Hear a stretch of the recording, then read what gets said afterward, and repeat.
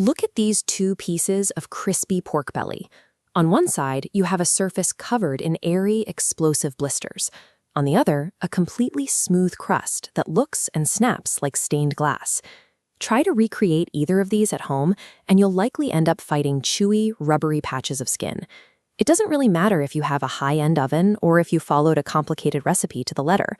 Getting that perfect crunch and actively choosing which of these two textures you want comes down to a microscopic battle happening just below the surface.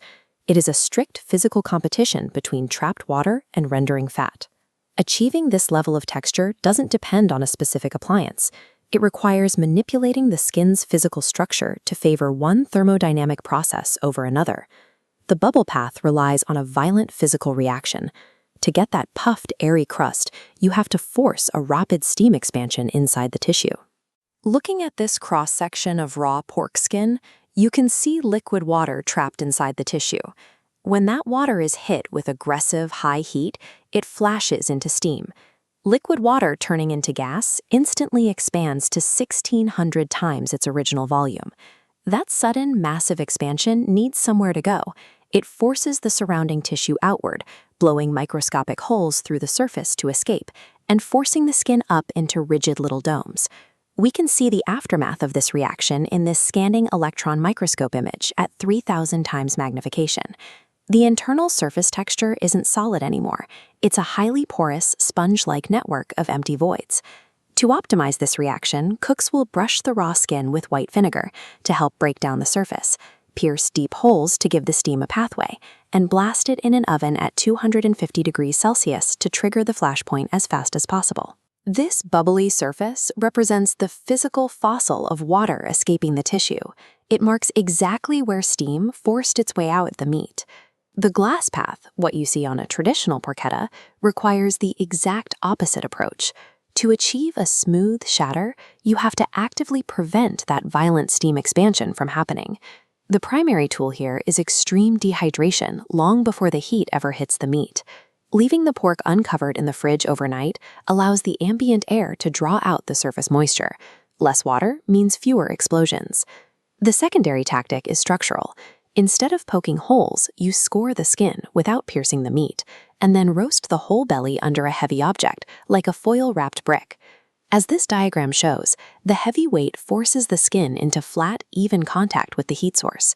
This uniform temperature transfer physically blocks any lingering steam pockets from pushing the skin upward into a bubble. Glass crackling is an exercise in meticulous moisture management. You prioritize slow drying and physical compression over explosive heat. You can actually achieve a perfect glass finish without an oven at all using the cold pan method. It relies entirely on a slow, controlled temperature rise on a standard stovetop. By placing the pork skin down in a cold pan and gradually raising the heat, the subcutaneous fat has time to slowly melt. That rendered fat replaces the evaporating water long before the surface reaches the temperatures required for browning. Take a look at this microscope image at 80 times magnification. Because the pork is essentially frying in its own extracted fat, it produces this smooth, compact, and highly dense skin surface, completely distinct from the porous sponge we saw earlier.